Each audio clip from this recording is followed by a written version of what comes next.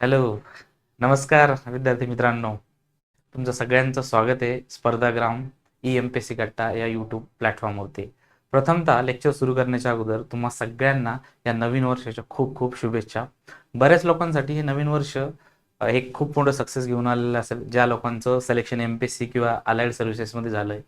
ज्या लोकांसाठी हे एक असे काही विद्यार्थी असतील की त्यांच्यासाठी हे एक वर्ष एक चॅलेंजिंग वर्ष हे असू शकतं की त्यांना परत ही तयारी करावी लागू शकते या एक्झामची, ज्यांच्या मागच्या अगोदरच्या काळामध्ये एक्झाम क्लिअर नाही झाल्या. अशा सगळ्यांनी खचून जायचं नाही आहे, अजिबात हार मानायची नाही आहे. कारण आपण जितक्या वेळेस फेल होतो, फेल झाल्यानंतर आपल्याला बऱ्याचशा नवीन गोष्टी शिकायला भेटतात. आणि नवीन गोष्टी मित्रांनो आपण एकदा शिकलो की आपल्याला एक एक चांगलं सक्सेस भेटू शकतं. तुम्ही सगळ्यांनी एक मूव्ही बघितला असेल 12th स्टार्ट. त्या 12th फेल, तुम्ही सगळ्यांनी एक मूव्ही बघितला असेल 12th फेल. 12th फेलमध्ये एक फेमस लाईन आहे बघा, रिस्टार्ट. तर सगळ्यांनी काय करायचं आहे, रिस्टार्ट करायचं आहे आणि तुमच्या गाडीला एक चांगला धक्का देण्यासाठी, तुमच्या गाडीला एक चांगली डिरेक्शन दिशा देण्यासाठी ई-एम-पी-एस-सी कट्टाचा स्पर्धाग्राम हा प्लॅटफॉर्म, यूट्यूबचा प्लॅटफॉर्म तुम्हा सगळ्यांना एक चांगलं गायडन्स देण्यासाठी तुमच्यासाठी अवेलेबल झाला आहे. तुम्हाला सगळ्यांना माहीत असेल की ई-एम-पी-एस-सी कट्टा आणि स्पर्धाग्राम हा एक पायोनियर प्लॅटफॉर्म आहे, ऑनलाईन प्लॅटफॉर्म आहे, ज्याने या ऑनलाईन क्षेत्रामध्ये एक क्रांती घडवून आणलेली होती. खूप मोठमोठाले शिक्षक ह्या याच्यावरनं आपल्याला तयार झालेले दिसतात. तर मित्रांनो, आज आपण एक खूप महत्त्वाचं लेक्चर घेऊन आलो आहे. त्या लेक्चर जे आहे आपलं, हे आहे जॉग्रफीच्या संबंधित, भूगोलच्या संबंधित. आता जॉग्रफी जर म्हणलं तर geography is very very important subject. म्हणजे ते एम-पी-एस-सी असो किंवा कंबाईन ग्रुप बी, ग्रुप सी असो, यू-पी-एस-सी असो, या सगळ्यांमध्ये त्याच्या पूर्वपरीक्षा, मुख्य परीक्षा याच्यामध्ये जॉग्रफीचे हमखास तुम्हाला 15 ते 20 प्रश्न प्रिलिम्समध्ये दिसतात. इव्हन मुख्य परीक्षा जर बघितलं तुम्ही, आता नवीन जो बदलतं स्वरूप आहे एम-पी-एस-सीचं, त्याच्यामध्ये जी-एस पेपर 1 असो किंवा ऑप्शनल सब्जेक्ट असो जॉग्रफीचा, याच्यामध्ये आपल्याला खूप जास्त जॉग्रफीचं महत्त्व दिसेल. तर चला तर आज आपण जॉग्रफी या सब्जेक्टबद्दल खूप एक डिटेलमध्ये याचं सिलेबस ओरिएंटेशन बघू. जॉग्रफी हा ॲक्च्युअलमध्ये सब्जेक्ट कसा आहे, त्याचा सिलेबस प्रिलिमसाठी कसा आहे, राज्यसेवेसाठी त्याचा सिलेबस कसा, आणि इव्हन ओव्हरऑल या सब्जेक्टमध्ये कुठले कुठले कंपोनंट आपल्याला दिसतात हे आपण सगळे आज बघणार आहोत. ओके, तर चला लेक्चर सुरू करूया मित्रांनो. तो लेक्चर सुरू करण्याच्या अगोदर थोडीशी माहिती माझ्याबद्दल तुम्हाला देतो, कारण हा नवीन प्लॅटफॉर्म आहे. आपण सगळे परत ह्या प्लॅटफॉर्मवरती जो पायोनियर प्लॅटफॉर्म आहे, ह्या प्लॅटफॉर्मवरती सगळे तुम्ही जोडले जाणार आहात यूट्यूबच्या थ्रू. तुम्हाला एक थोडीशी माझ्याबद्दल माहिती देतो. मी प्रोफेसर अरुण तुपे एका नामांकित विद्यापीठामध्ये जॉग्रफी आणि एन्व्हायरमेंटसाठी प्राध्यापक म्हणून काम करतो. याच्या अगोदर मी माझं M.Tech in data science and artificial intelligence IIT Indian institute of टेक्नॉलॉजीमध्ये कंप्लीट केलेलं आहे. IIT तुम्हाला सगळ्यांना माहिती आहे, one of the well non reputed institute of India. याच्यानंतर मी माझं BE केलं IT मध्ये. त्याच्यासोबत मी MSc in environmental science along with that net set qualify केलेले आहे. आणि आत्ता जो नवीन राज्यसेवेचा प्लॅटफॉर्म आलेला आहे आपला, आत्ता जो नवीन राज्यसेवेचा जो पॅटर्न आलेला आहे, ज्याला आपण डिस्क्रिप्टिव्ह पॅटर्न असे म्हणतो, ह्या डिस्क्रिप्टिव्ह पॅटर्नसाठी माझं महत्त्व तुम्हाला कसं असणार, याचं कारण असं की मी मागच्या एक 10 ते 15 वर्षापासून, सिन्स 2012 पासून, 2012 पासून या क्षेत्रामध्ये आहे, UPSC प्रिपरेशन क्षेत्रामध्ये. आणि त्याच्यानंतर 2015 पासून टीचिंग फील्डमध्ये पण आहे. तर माझा जो मागचा एक्सपिरियन्स सांगतो, UPSC मुख्य परीक्षा लिहिण्याचा एक्सपिरियन्स असो विथ जॉग्रफी ऑप्शनल, किंवा अलाइड सर्व्हिसेसचे इंटरव्ह्यू असो, किंवा बाकीचे एक्झाम्स असो, MPSC असो, RBI ग्रेड बी असो, या सगळ्या एक्झामचा जो एक्सपिरियन्स आहे हा नक्कीच तुम्हाला कामं येणार आहे. एस्पेशली तुम्हाला अभ्यास कसा करायचा, नवीन पॅटर्नसाठी कसं आपण डील करायचं, एक दिशा कशी असावी, पूर्वपरीक्षेचा अभ्यास आपण कसा करावा, मुख्य परीक्षेचा अभ्यास कसा करावा, या सगळ्यांसाठी तुम्हाला नक्कीच आपलं जे लेक्चर आहे यूट्यूबला हे उपयोगी ठरेल मित्रांनो, असं हे तुम्हाला मला सांगायचं आहे. Right, okay. तर तुम्हालाही माझा परिचय इथं समजला असेल. तर आपण ॲक्च्युअल लेक्चरला सुरुवात करू जॉग्रफीच्या. बघा, जॉग्रफी जर म्हणलं तर जॉग्रफीला आपल्याला काय दिसतं की आपल्या वेगवेगळे पर्वत दिसतात, ठीक आहे, आपल्याला नद्या दिसतात, माउंटेन्स दिसतात, फॉरेस्ट दिसतात. जॉग्रफी हा खूप एक त्याला असं असं म्हणता येईल की geography is mother of all other discipline. Geography काय एक मदर आहे ऑल अदर डिसिप्लिनची. इथे एक खूप चांगलं सेंटेन्स आहे बघा, की geography is a blend of all other discipline. ब्लेंडचा अर्थ काय असतो, की सपोज एक सेंटरला एक पार्ट आहे आणि हा जो पार्ट आहे हा खूप साऱ्या कंपोनंटनी काय आहे बनलेला आहे, राईट. त्याला आपण काय म्हणतो, ब्लेंड. ओके. तो जॉग्राफी जर तुम्ही सिलेबस बघितला ना मित्रांनो, तर जॉग्राफी सिलेबसमध्ये काय आपल्याला खूप साऱ्या गोष्टी दिसणार. म्हणजे तुम्ही हिस्टॉरिकल पर्स्पेक्टिव्ह जर बघितला जॉग्राफीचा, तुम्हाला तिथे हिस्ट्रीचा पण रेफरन्स दिसेल. जॉग्राफी, फिजिकल जॉग्राफी जर बघितलं, तुम्हाला त्याचा प्राकृतिक आस्पेक्ट जो आहे जॉग्राफीचा तो दिसेल, प्राकृतिक भूगोलाचा आस्पेक्ट. इव्हन तुम्हाला जॉग्राफीमध्ये क्लायमेट दिसेल किंवा फिजिकल जॉग्राफीमध्ये. इव्हन ह्युमन जॉग्राफी पण याच्यामध्ये तुम्हाला दिसेल. ह्युमन जॉग्राफीमध्ये काय लोकसंख्या, त्याची लोकसंख्येचा सिद्धांत, सेटलमेंट जॉग्राफी आपल्याला बघता येईल, इकॉनॉमिक जॉग्राफी बघता येईल, ॲग्रिकल्चर आपल्याला याच्यामध्ये दिसेल. इव्हन याच्यामध्ये पॉलिटिकल आस्पेक्ट्स पण आपल्याला दिसतात जेव्हा आपण ऑप्शनलचा सब्जेक्ट बघतो. राईट. याचा अर्थ काय की जॉग्राफी जेव्हा आपण स्टडी करतो मित्रांनो, याच्यामध्ये आपण ऑलमोस्ट सगळे सब्जेक्ट जे अलाइड डिसिप्लिन आहेत ते सगळे जवळपास काय करतो, स्टडी करतो. राईट. त्यामुळे जॉग्राफीला आपण काय म्हणतो, एक ब्लेंड म्हणतो. Geography is a blend of all other discipline. भूगोल हा सर्व इतर विषयांचा काय एक संगम आहे, एक सेंटर पॉइंट आहे, ज्याला हे बाकीचे सगळे सब्जेक्ट जे काय झालेले आहे जुडलेले आपल्याला दिसतात. राईट. ओके. तर इथं बघा जॉग्राफीमध्ये काय ब्रांचेस ऑफ जॉग्राफी. ब्रांचेसमध्ये फर्स्ट फिजिकल जॉग्राफी. फिजिकल जॉग्राफीमध्ये जर पहिला पॉईंट जर बघितला तुम्ही, पहिली ब्रांच जर बघितली that is geomorphology. Right. Next बघा soil geography, climatology, hydrology, right, biogeography, environmental geography. हे सगळे पार्ट जे आहेत हे आपण सगळे कशामध्ये शिकतो, प्रिलिम्समध्ये पण याच्यावरती आपला प्रश्न येताना दिसतात. राईट. जसं जिओमॉर्फॉलॉजी जर बघितलं आपण पुढे PYQ मध्ये डिस्कस करणार आहोत. नेक्स्ट जो आपला व्हिडिओ आहे त्याच्यामध्ये आपण PYQचा अप्रोच कसा असेल आपला हे डिस्कस करू. राईट. ओके. त्याच्यामध्ये बघा जिओमॉर्फॉलॉजीमध्ये आपण पृथ्वीची उत्पत्ती कशी झाली, प्लेट टेक्टॉनिक्स थेरी काय सांगते, या सगळ्या गोष्टी आपण बघणार आहोत. राईट. ह्युमन जॉग्राफीमध्ये बघा, ह्युमन जॉग्राफीमध्ये काय historical geography, even population geography, social geography, settlement geography, या सगळ्या जॉग्राफीच्या ब्रांचेस आपल्याला इथे दिसेल. जर तुम्ही ब्रांचेस बघितलं तर आपल्या ह्या दोन कॉम्पोनंट आपल्यासाठी खूप जास्त महत्वाचे आहे. फर्स्ट कॉम्पोनंट फिजिकल जॉग्राफीचा, दुसरा कॉम्पोनंट ह्युमन जॉग्राफीचा. जनरली हा तिसरा जो कॉम्पोनंट आहे ब्रांचेस ऑफ जॉग्राफीचा, हा टेक्निकल आस्पेक्ट्स आपल्याला दिसेल. अगोदरचा जो MPSCचा राज्यसेवेचा मुख्य परीक्षेचा सिलेबस होता त्याच्यामध्ये आपल्याला हे कॉम्पोनंट दिसायचे. GIS कशाला म्हणतात, कार्टोग्राफी कशाला म्हणतात, स्पेशली जेव्हा तुम्ही पेपर 1 बघतात रिमोट सेन्सिंग काय असते त्या ठिकाणी आपला हा कॉम्पोनंट खूप जास्त युजफुल होता. राईट. ओके. बट आत्ताचा जो नवीन सिलेबस आहे किंवा पूर्व परीक्षेचा जो सिलेबस आहे त्याच्यासाठी आपल्याला 2 वर्षचे जे कॉम्पोनंट आहे त्याच्यामध्ये physical geography and human geography हे दोन कॉम्पोनंट आपल्यासाठी खूप जास्त उपयुक्त ठरणार आहेत. Not only for prelims but also for mains examination. Even ऑप्शनलमध्ये हाच सिलेबस तुम्हाला रिफ्लेक्ट झालेला दिसेल. Right guys. ओके. सो आपण पुढे वळूयात. पुढच्या स्लाइडमध्ये बघा. आता सिलेबस जर बघितला प्रिलिम्सचा ऍक्च्युअल जो आयोगाने सिलेबस दिलेला आहे, हा सिलेबस काय सांगतो बघा, एक लाईनचा सिलेबस आहे. एक लाईन मध्ये काय दिलंय की बघा इथं काय सांगितलं, महाराष्ट्र भारत जगाचा भूगोल. एक लाईन मध्ये सिलेबस. बट आपण जेव्हा पुस्तके बघतो म्हणजे ते स्टेट बोर्डचे पुस्तकं असो किंवा NCERT असो किंवा एखादं स्टँडर्ड बुक असो, आपल्याला किती सिलेबसमध्ये वाचण्यास दिसते. राईट. ओके. तो सिलेबस छोटासा आहे बट मित्रांनो या सब्जेक्टचं महत्व खूप जास्त आहे. हा सब्जेक्ट जर तुम्ही प्रॉपरली स्टडी केला, एक तुमच्याकडे प्रॉपर डिरेक्शन असेल या सब्जेक्टची, तुम्हाला जर कॉन्सेप्ट क्लॅरिटी असेल तर या सब्जेक्टमध्ये तुम्हाला पैकीच्या पैकी मार्क पडण्याचे चान्सेस खूप जास्त असतात.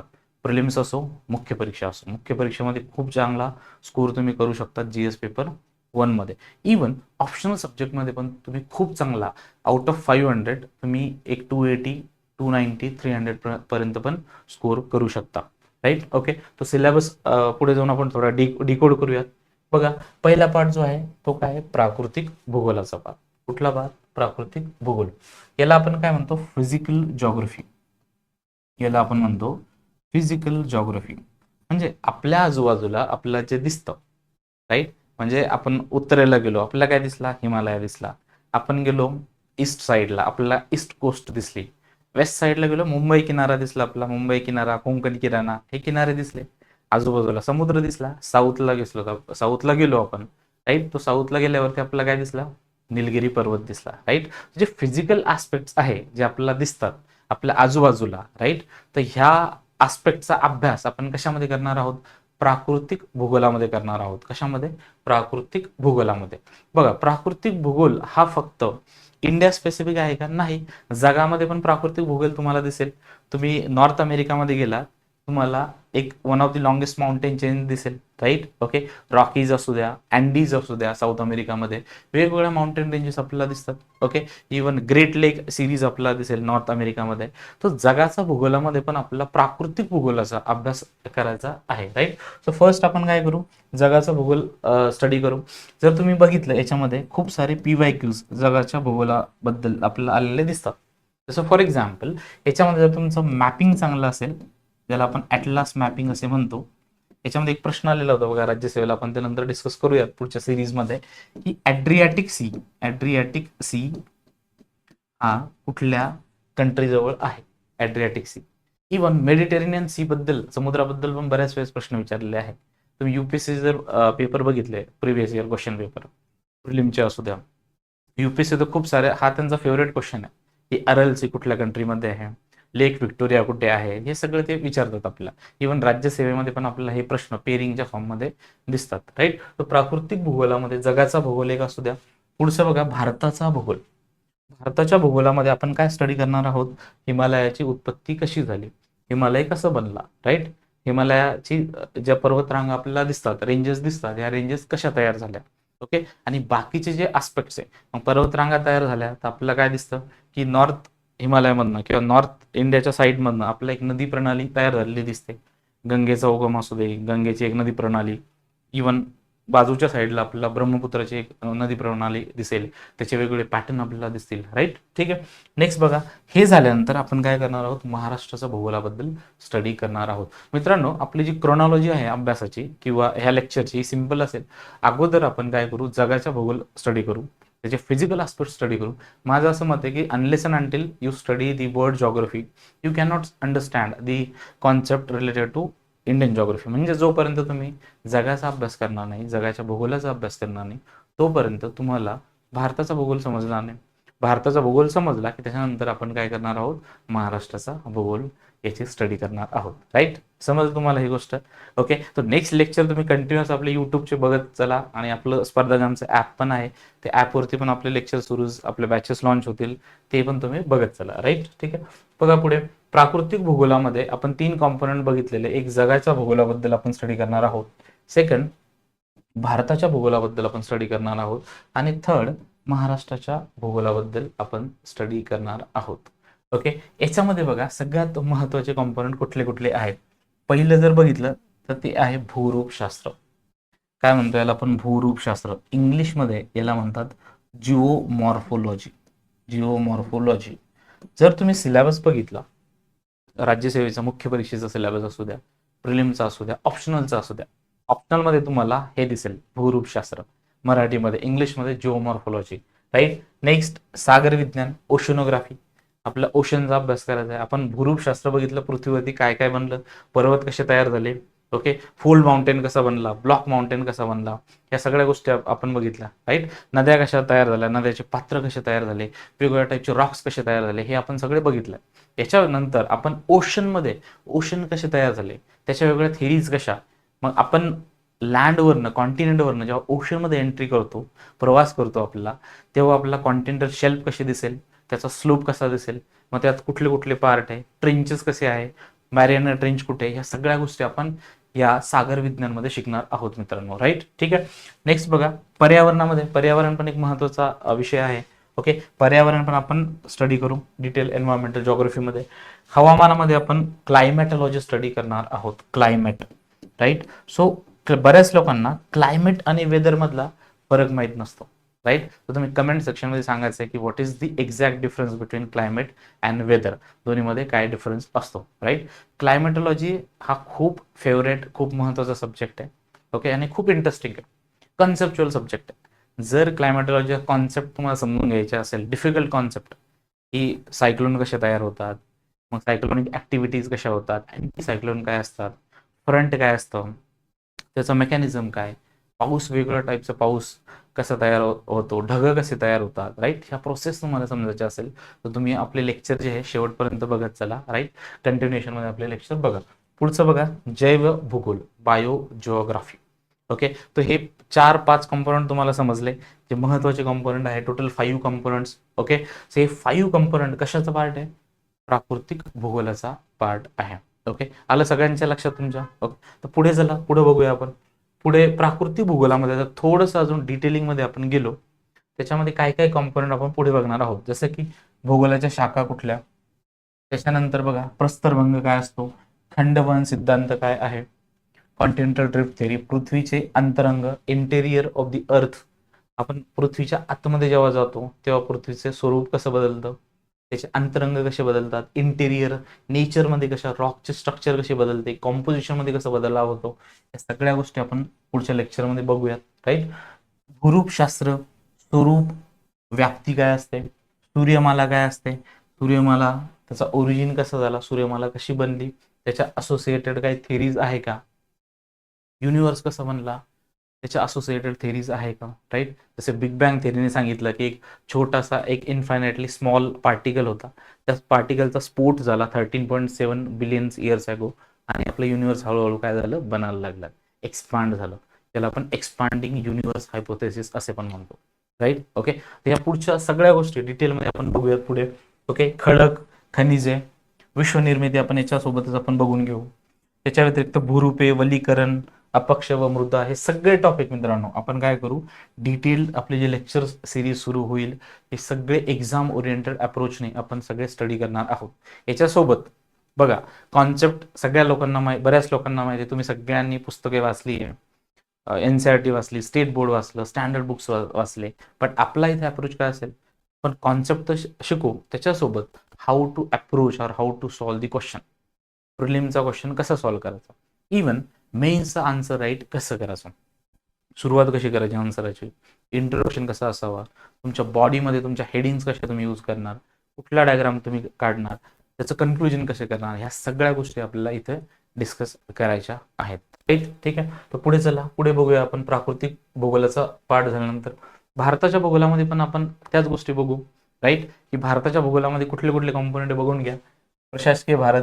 राईट. ओके, त्याच्यानंतर भारताची प्राकृतिक रचना कशी आहे, प्राकृतिक रचना नॉर्थला काय आहे, भारताच्या पूर्वेला, दक्षिणेला काय आहे, ईस्टला, वेस्टला, कोस्टलाईन कशी आहे, वेगवेगळे भारतामध्ये असणारे भूरूपे कसे आहे, भारतामध्ये असणारे पर्वत शृंखला कशा आहे, नद्यांचं स्वरूप कसं, या सगळ्या गोष्टी आपण याच्यामध्ये डिस्कस करू. राईट. नदी प्रणाली, त्याच्या व्यतिरिक्त मृदा आणि मृदेची धूप, soil formation process, very very important concept.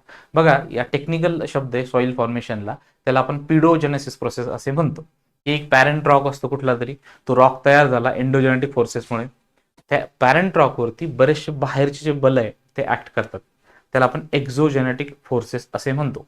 ऊन असो, पाऊस असो, वारा असो, नदी असो, राईट, इवन आईस असो, लँडफॉर्म असो, इवन मॅनमेड ऍक्टिव्हिटीज, या सगळ्या याच्यावरती ऍक्ट करणार त्या रॉकवरती, आणि ह्या रॉकचं वेदरिंग होणार हळूहळू. वेदरिंग झालं, ते जे पार्टिकल आहे ते कुठेतरी जाऊन सेटल होणार. राईट, त्याला सेडिमेंटेशन लिथिफिकेशन प्रोसेस आपण असे म्हणतो, आणि त्याच्यानंतर काय तयार होतो, एक रॉक तयार होतो. राईट मित्रांनो. ओके, त्याच्यानंतर काय तयार होतं, एक रॉक, आणि त्याच्यापासून आपल्याला एक मृदा, एक सॉइल तयार झालेली दिसते. ओके, ती कॉन्सेप्ट पण आपण पुढे येणाऱ्या लेक्चरमध्ये बघू, की सॉइल कशी तयार होते, सॉइलचे होरायझन्स कसे असतात, सॉइलचं इरोजन कसं होतं, सॉइलचं इरोजन झालं, ते इरोजन स्टॉप करण्यासाठी आपण काय करणं गरजेचं आहे. Okay, right, is that clear. So next बघा, हवामान, क्लायमेट. सेम आपण जगाच्या भूगोलामध्ये जे क्लायमेट बघितलं, हवामान बघितलं, तेच हवामान आपण इथे भारताच्या याच्यामध्ये पण डिस्कस करू. त्याच्यात डिफरंट कॉन्सेप्ट, इंडियामध्ये, नॉर्थ इंडियामध्ये हवामान कसं आहे, साऊथ इंडियामध्ये हवामान कसं आहे, सेंट्रल इंडियामध्ये हवामान कसं आहे, नागपूरमधचं क्लायमेट हे वेगळं कसं आहे, नागपूरमध्ये टेम्परेचर रेंज ही जास्त का असते, डायurnal रेंज ऑफ टेम्परेचर ही हाय का आहे नागपूरमध्ये, इवन मुंबईमध्ये टेम्परेचर कसं व्हॅरी करतं, तिथं मॉइस्ट टाईप ऑफ क्लायमेट का आहे, इवन मग तिथे कॉटन इंडस्ट्री का जास्त डेव्हलप झाल्या, या सगळ्या गोष्टी आपण येणाऱ्या लेक्चरमध्ये पुढे डिस्कस करूयात. राईट. खनिज संपत्ती आपल्याला डिस्कस करायची, कुठले कुठले खनिजे आपल्या याच्यामध्ये आहेत. नेक्स्ट, ऊर्जा संसाधने कुठली कुठली आहेत आपल्या याच्यात भारतामध्ये. नेक्स्ट कॉम्पोनंट, भारताची लोकसंख्या, व्हेरी व्हेरी इम्पॉर्टंट. बघा, प्रिलिम्सला मॅक्सिमम टाइममध्ये तुम्ही जेव्हाही प्रिलिम्स अनालिसिस करतात PYQचं, ते एक लोकसंख्येवरती एक किंवा दोन प्रश्न आलेले आपल्याला दिसतात. की लोकसंख्येबद्दल एखादा फॅक्च्युअल क्वेश्चन असू द्या किंवा एक कॉन्सेप्च्युअल क्वेश्चन पण आपल्याला डेमोग्राफिक ट्रान्झिशन थेरी याच्या फॉर्मॅटमध्ये येऊ शकतो. लोकसंख्येचा संक्रमण सिद्धांत ज्याला आपण म्हणतो, राईट. ओके, याच्या व्यतिरिक्त बघा आर्थिक भूगोलाबद्दल पण आपल्याला क्वेश्चन येऊ शकतात. आर्थिक भूगोलाबद्दल वीज निर्मिती, दळणवळण, कृषी, सण उत्सव, वसाहत, झोपडपट्टी निर्मिती, सेटलमेंट पॅटर्न. तर हा एक सिलेबसचा आपण काय करतोय, डिकोडिंग करतोय. एक महत्वाचे पॉईंट जे आहे भारताच्या भूगोलामधले किंवा जगाच्या भूगोलामधले ते आपण डिस्कस करत आहोत, राईट. ओके, तर पुढे बघूया पुढचं पार्ट. पुढच्या पार्टमध्ये सेम आपण महाराष्ट्रामध्ये पण जेव्हा डिस्कस करू, मी तुम्हाला सांगितलं ना आपला अप्रोच कसा असेल. आपण अगोदर पूर्ण जगाचा भूगोल डिस्कस करू, त्याच्यानंतर आपण भारताचा भूगोल डिस्कस करू. भारताचा भूगोल डिस्कस केल्यानंतर मित्रांनो आपण काय करू, महाराष्ट्राचा भूगोल डिस्कस करू. असं नाही की आपण पहिलं महाराष्ट्राचा भूगोल डिस्कस करायचा आणि मग अमेरिकेबद्दल माहिती काढायची, की अमेरिकेमध्ये मग तो रॉकीज पर्वत कसा तयार झाला याच्याबद्दल स्टडी करायचा. हा अप्रोच चुकीचा आहे. आपल्याला अगोदर स्टडी करायचं आहे की पूर्ण वर्ल्ड कसं तयार झालं. वर्ल्ड तयार झाल्यानंतर मग आपल्याला कळेल की भारत कसा तयार झाला, त्याच्यानंतर महाराष्ट्र हा कसा बनला किंवा त्याचे फीचर्स काय आहेत. Okay, right guys. ओके, तर सेम पॉईंट आपल्याला महाराष्ट्राच्या भूगोलाबद्दल पण दिसतील, इन्क्लुडिंग भौगोलिक महाराष्ट्रात असणारी नदी प्रणाली, महाराष्ट्रात असणारं हवामान, त्याचे व्हेरिएबिलिटी, हवामानची व्हेरिएबिलिटी, त्याच्यानंतर महाराष्ट्रात असणारी खडक प्रणाली, महाराष्ट्रात असणारे खनिज संपत्ती, ऊर्जा संसाधने, या सगळ्या गोष्टी आपण काय करू पुढच्या येणाऱ्या लेक्चर्स सिरीजमध्ये कव्हर करणार आहोत. Okay, right. सो पुढे बघूयात. सिलेबस आपण प्रिलिमचा डिस्कस केला, सिलेबसचा ओव्हरव्ह्यू पण घेतला की भूगोलमध्ये ॲक्च्युअलमध्ये काय, जगाचा भूगोल, भारताचा भूगोल आणि महाराष्ट्राचा भूगोल. तर आपण एक सिलेबस जो दिलेला आहे आयोगाने मुख्य परीक्षेचा, ज्याच्यामध्ये भूगोलाचं महत्व आहे, स्पेशली GS पेपर 1, तो एक बघून घेऊ, त्याचा एक ओव्हरलुक करूयात, राईट. तो सिलेबस काय सांगतो जो आयोगाने आपल्याला दिलेला आहे. बघा हा सिलेबस आहे आपला. इथनं जगाचा प्राकृतिक भूगोल व त्याची वैशिष्ट्ये. काय सांगतो सिलेबस, जगाचा प्राकृतिक भूगोल व त्याची वैशिष्ट्ये, जे physical aspects of world geography आणि त्याचे फीचर्स, या गोष्टी ह्या पॉईंटमध्ये एकच लाईन दिली बघा इथे. बट आपला सिलेबस जेव्हा आपण शिकणार आहोत तो किती वास्ट आहे हे तुम्ही अगोदरच्या स्लाइडमध्ये बघितलं असेल. इव्हन आपण लास्टला पण त्याला एक समराईज करूयात, राईट. इथे बघा खाली जागतिक प्रमुख नैसर्गिक साधन संपत्ती, हा फिजिकल जॉग्राफीचा पार्ट झाला. खालचा जो पार्ट आपल्याला दिसतो हा जनरली कशाचा पार्ट आहे, हा ह्युमन आस्पेक्ट्स किंवा इकॉनॉमिक जॉग्राफीचा पार्ट आपल्याला दिसेल, मानवी भूगोलाचा पार्ट आपल्याला दिसतो. तो सिलेबस जो दिलेला आहे, सिलेबस हा जरी छोटा दिसला, GS पेपर 1 मधला सिलेबस, सामान्य अध्ययन 1 मधला, बट जेव्हा तुम्ही पेपर बघता आपल्यासाठी रेफरन्स पॉईंट काय पेपरचा, UPSC, राईट. MPSCचा जो नवीन पॅटर्नचा आतापर्यंत पेपर झालेला नाहीये, आता होईल, पहिली मुख्य परीक्षा होईल, राईट. तो आपल्यासाठी रेफरन्स पॉईंट इज UPSC. UPSCचा ट्रेंड जेव्हा आपण बघतो ना मित्रांनो, की 250 पैकी जवळपास आपल्याला 100 ते 110 मार्कचं वेटेज हे आपल्याला भूगोलाला दिसेल. आणि ते कुठल्या पॉईंटवरती, हे जे सिलेबसचे पॉईंट आपल्याला दिलेले आहेत, कुठले, प्राकृतिक भूगोलचा पार्ट, जगाचा भूगोलचा पार्ट, भारताचा भूगोल, महाराष्ट्राचा भूगोल. जरी आता इथं महाराष्ट्राबद्दल मेन्शन नाही केलंय, कदाचित महाराष्ट्राबद्दल एक क्वेश्चन येऊ शकतो आपला मुख्य परीक्षेमध्ये महाराष्ट्राबद्दल एक, बट ऑब्वियस आहे की एक्झामिनर आपल्याला काय करेल, एक प्रश्न, 1 किंवा 2 प्रश्न विचारेल, राईट. पुढचा पार्ट बघा, भूकंप, सुनामी, ज्वालामुखी हालचाली, चक्रीवादळ इत्यादी अशा महत्वाच्या घटना. ओके, तो हा जॉग्राफीचा पण पार्ट आहे. आणि जर तुम्ही GS पेपर 3 बघितला, GS पेपर 3 मध्ये आपल्याला डिझास्टर मॅनेजमेंट दिसेल.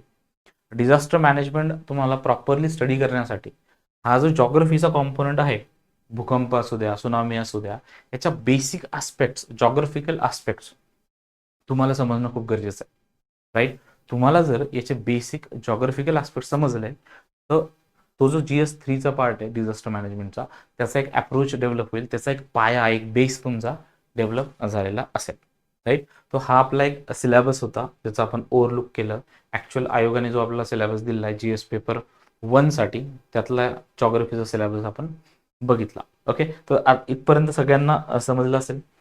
पुढे बघा आपण परत एकदा या सिलेबसचा ओव्हरव्ह्यू करू की ॲक्च्युअलमध्ये जॉग्राफीमध्ये काय काय गोष्टी दिलेल्या आहेत आणि आपल्याला जॉग्राफीचा अभ्यास करताना कुठल्या कुठले पॅरामीटर, कुठले कुठले कडे जास्त लक्ष देणं गरजेचं आहे, राईट. याच्यामध्ये बघा प्राकृतिक भूगोलामध्ये भूरूपशास्त्र आपण बघितलं, त्याच्यानंतर हवामानशास्त्र, महासागरशास्त्र अँड जीवभूगोल हे 4 कॉम्पोनंट आपण बघितलेले, राईट. याच्यामध्ये हे 4 कॉम्पोनंट आपल्याला वर्ल्ड जॉग्राफी जगाच्या भूगोलासाठी पण स्टडी करायचे आहे. इवन इंडियाच्या भूगोलासाठी पण, भारताच्या भूगोलासाठी पण आणि महाराष्ट्राच्या भूगोलासाठी पण हे 4 कॉम्पोनंट आपण बघणार आहोत.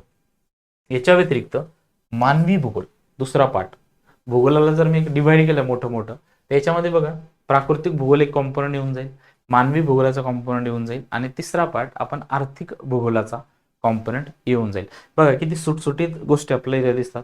जोपर्यंत तुम्हाला याच्याबद्दल क्लॅरिटी नाही आहे तोपर्यंत तुम्ही जो अभ्यास करणार आहे तेव्हा तुम्हाला त्याचं इंटरलिंकिंग करता येणार नाही प्रॉपर. जेव्हा तुम्ही आन्सर लिहिणार GS पेपर 1 मध्ये तेव्हा तुम्हाला इंटरलिंकिंग याचं जमणार नाही. त्यासाठी ही जी स्लाइड आहे, हे जे डिफरन्सिएशन आपण इथं दिलेले आहे हे अतिशय महत्त्वाचं आहे. Okay right. सो आपण पहिलं प्राकृतिक भूगोल स्टडी करू, त्याच्यानंतर हे स्टडी केल्यानंतर तुम्हाला मानवी भूगोल स्टडी करणं अत्यंत सोपं जाईल. एक्झाम्पल घेऊ बघा आपण, की आता तुम्ही बघता भारतामध्ये जो गंगेचा पार्ट आहे, इंडो गँगेटिक प्लेन ज्याला आपण म्हणतो, तिथं जनरली काय आहे की भारताची लोकसंख्या ही खूप जास्त त्या ठिकाणी राहते. इवन तिथलं जे स्टेट्स आहेत, बिहार असू द्या या बाकीचे स्टेट, त्यांची पॉप्युलेशन डेन्सिटी व्हेरी हाय, त्यांची लोकसंख्याची जी घनता आहे त्या भागातली ही खूप जास्त आहे. तिथं लोक येऊन का राहत आहे, त्याच्यामागचं रिझन काय? त्याच्यामागचं रिझन काय आहे? त्याच्यामागचं रिझन असं आहे की तिथला प्राकृतिक भूगोल जो आहे हा खूप जास्त फेवरेबल आहे. त्या ठिकाणी तुम्हाला काय दिसेल, एक सपाट जमीन दिसेल जी अल्युवियल सॉइल पासून बनलेली आहे. तिथे गंगेचं पात्र आपल्याला दिसेल आणि गंगा काय करते, तिथल्या जमिनीला फर्टाईल बनवते. जमीन फर्टाईल आहे, सपाट जमीन आहे, त्यामुळे तिथं काय फ्लरिश झालं, ॲग्रिकल्चर, शेती फ्लरिश झाली, ॲग्रिकल्चर फ्लरिश झालं. याच्या व्यतिरिक्त तिथं खूप साऱ्या इंडस्ट्रीज डेव्हलप झाल्या. जसं फॉर एक्झाम्पल कानपूर, कानपूर हे फेमस आहे लेदर इंडस्ट्रीसाठी, राईट. इंडस्ट्रीज डेव्हलप झाल्या, शेती वेगवेगळ्या प्रकारची शेती डेव्हलप झाली आणि त्यामुळे तिथे सेंट्रिपिटल टेंडन्सीज ज्या असतात, सेंट्रिपिटल टेंडन्सीज म्हणजे काय, की एक असा पॉईंट त्याच्या आजूबाजूला ज्या पॉईंटमध्ये इतकं पोटेन्शियल असतं की लोक तिकडे काय होतात, अट्रॅक्ट होतात. म्हणून बघा मित्रांनो की त्या ठिकाणी इंडो गँगेटिक प्लेनच्या ठिकाणी तुम्हाला खूप सारे लोक एक ठिकाणी राहताना दिसतात आणि तिथंच काय बनतो, एक सेटलमेंट पॅटर्न बनतो, त्याला आपण काय म्हणतो, कॉम्पॅक्ट टाईप ऑफ सेटलमेंट. काय म्हणतो तिथं, त्याला आपण कॉम्पॅक्ट टाईप ऑफ सेटलमेंट असे म्हणतो. आपण ते शिकणार आहोत सेटलमेंट जॉग्रफीमध्ये किंवा मानवी भूगोलामध्ये. ओके. सो आपण जोपर्यंत ही गोष्ट शिकत नाही ना तोपर्यंत मानवी भूगोल शिकण्यामध्ये मला तरी कुठलं लॉजिक वाटत नाही, राईट. ठीक आहे. तुम्हाला ह्या गोष्टी समजल्या, लिंकिंग समजली की आपण प्राकृतिक भूगोल शिकला, त्याच्यानंतर आपण मानवी भूगोल शिकू. त्याच्यामध्ये आपल्याला लोकसंख्या भूगोल शिकायचा आहे, त्याच्यानंतर आपला वस्ती आणि प्रादेशिक भूगोल पण आपल्याला अभ्यासाचा आहे. ओके. तिसरा कंपोनंट बघा, तिसरा कंपोनंट काय आपला, आर्थिक भूगोल. याच्यामध्ये काय येणार, औद्योगिक भूगोल येणार आणि कृषी भूगोल. या दोन गोष्टीमध्ये आपण इंडस्ट्रीज, रिसोर्सेस आणि इंडस्ट्रीज बघू. इंडस्ट्रीज ही जनरली कुठे सेटल होणार, कोणत्या ठिकाणी एखादा व्यक्ती इंडस्ट्री सेटअप करणार, right. There are certain exception की फुटलूज इंडस्ट्रीज आपण जनरली कुठे सेटअप करू शकतो.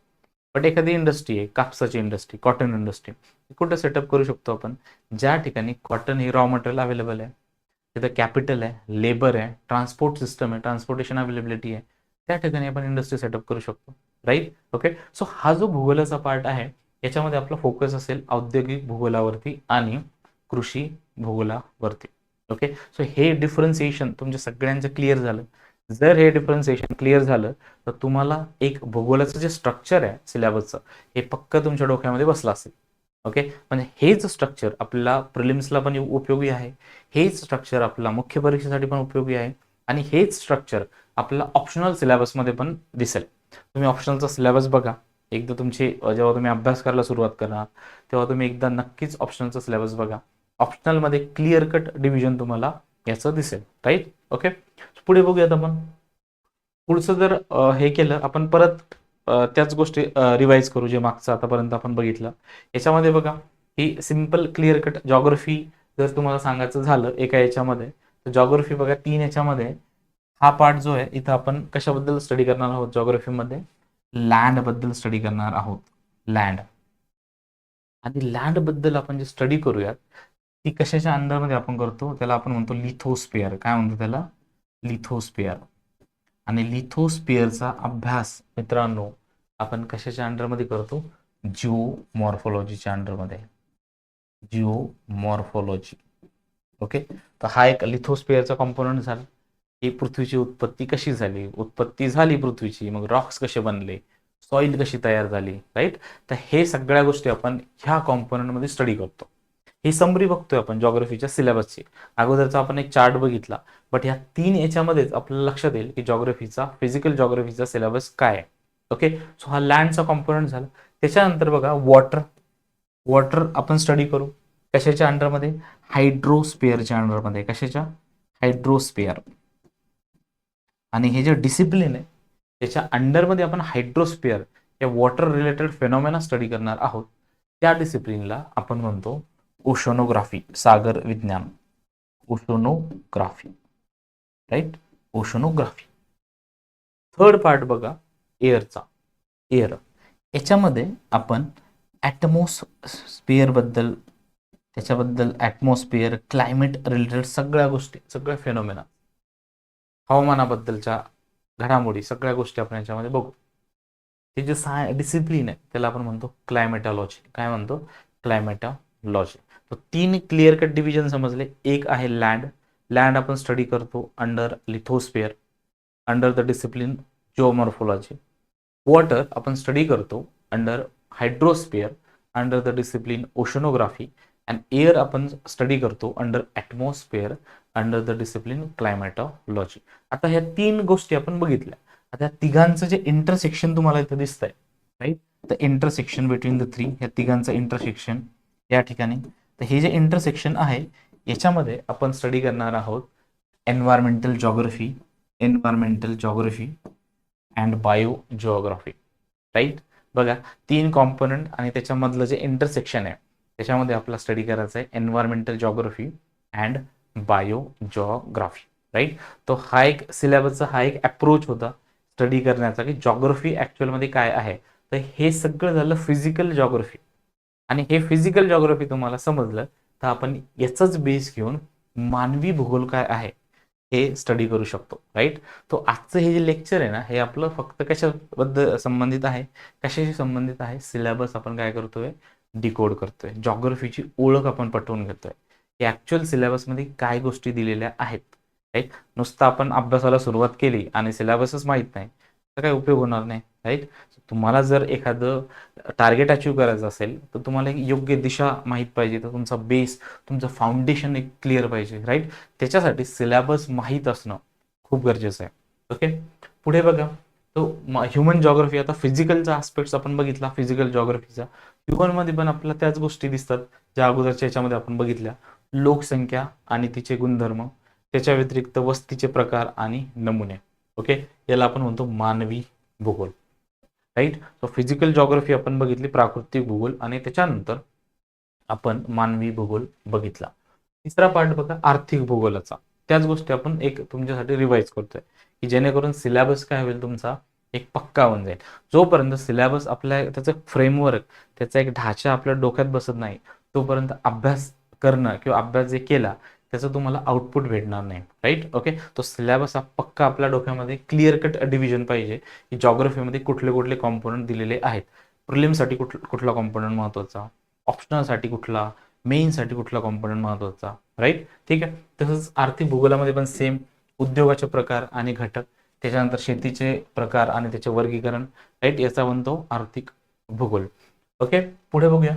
पुढे जर तुम्ही बघितलं याच्यामध्ये की सिलेबस जे दिलेलं आहे ऑलरेडी आपण हा सिलेबस काय केलेला आहे डिस्कस केलेला आहे मागच्या स्लाइडमध्ये. हा सिलेबस आपल्याला काय केला आयोगाने दिलेला आहे. हा रेफरन्ससाठी तुम्ही हा सिलेबस काय करू शकता, बघू शकता, जो ऑलरेडी आपण डिस्कस केलेला आहे. सो फ्रेंड, जॉग्रफी जो सब्जेक्ट आहे हा आपण चूज का करावा किंवा हा जॉग्रफी हा सब्जेक्ट हा स्टडी का करावा याचं कारण एक पहिलं कारण म्हणजे जॉग्रफीचं असणारं वेटेज. जवळपास आपण पुढच्या व्हिडिओ लेक्चरमध्ये बघू, डिटेल ॲनालिसिस करू की PYQ क्वेश्चन्स जॉग्रफीवरती किती आले, किंवा आपण काही PYQ पण डिस्कस करणार आहोत पुढच्या यूट्यूब लेक्चरमध्ये की त्यात तुम्हाला मी अप्रोच सांगेल, एलिमिनेशन टेक्निक कशी यूज करतात किंवा कुठले पॉईंट महत्त्वाचे आहे की त्या पॉईंटवरती सगळ्यात जास्त प्रश्न आलेले आहेत भूगोलावरती. Okay, right. सो ह्या गोष्टी आपण डिस्कस करू की जॉग्राफी का महत्त्वाचं आहे, त्याचं प्रिलिमला किती वेटेज आहे, त्याला मुख्य परीक्षेला कुठल्या कुठल्या टाईपचे प्रश्न येतात, त्याच्यानंतर ऑप्शनलला याचं महत्त्व काय. ऑप्शनल जर आपण इन केस चूज केला जॉग्राफी ऑप्शनल आपण घेतला, जॉग्राफी ऑप्शनलचा फायदा आपल्याला GS1ला कसा होईल किंवा त्या ऑप्शनलचा फायदा आपल्याला प्रिलिमला कसा होईल. Okay, right guys. सो बघा, EMPSC गट्टा प्लॅटफॉर्म स्पर्धाग्राम तुमच्यासाठी एक बॅचेस घेऊन आलं आहे. आमच्या सगळ्या लोकांची एक्सपर्ट टीम, ज्यांना एक 8-9 वर्षाचा, 7 ते 8-9 वर्षाचा एक्सपिरियन्स आहे टीचिंगचा. इव्हन त्यांनी इंटरव्ह्यू दिले, UPSCचे मेन्स दिलेले आहेत.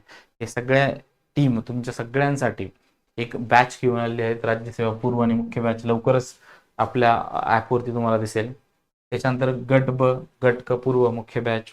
त्याच्यानंतर तुम्हाला ऑप्शनलची बॅच, स्पेशली जॉग्राफी ऑप्शनलची बॅच दिसेल, बोथ मराठी ॲज वेल एज इंग्लिश मीडियममध्ये. जॉग्राफी ऑप्शनल तुम्हाला असा आपल्या बॅचमध्ये भेटेल की त्याच्यामध्ये फक्त तुम्हाला आपल्या नोट्स वाचायच्या, लेक्चर करायचं आणि मॅक्सिमम मार्क्स घ्यायचे. याच्या व्यतिरिक्त आपल्या भूगोलाच्या ऑल PYQ बॅचेस पाईपलाईनमध्ये आहेत, ह्या येणार आहेत. तुम्ही नक्की आपल्या चॅनलला सबस्क्राईब करा, व्हिडिओ आवडला असेल तर लाईक करा, शेअर करा, तुमच्या सगळ्या मित्रांसोबत या गोष्टीला स्प्रेड करा. ओके, सो मित्रांनो, भेटूया आपण पुढच्या व्हिडिओमध्ये. Thank you for watching the video. Thank you.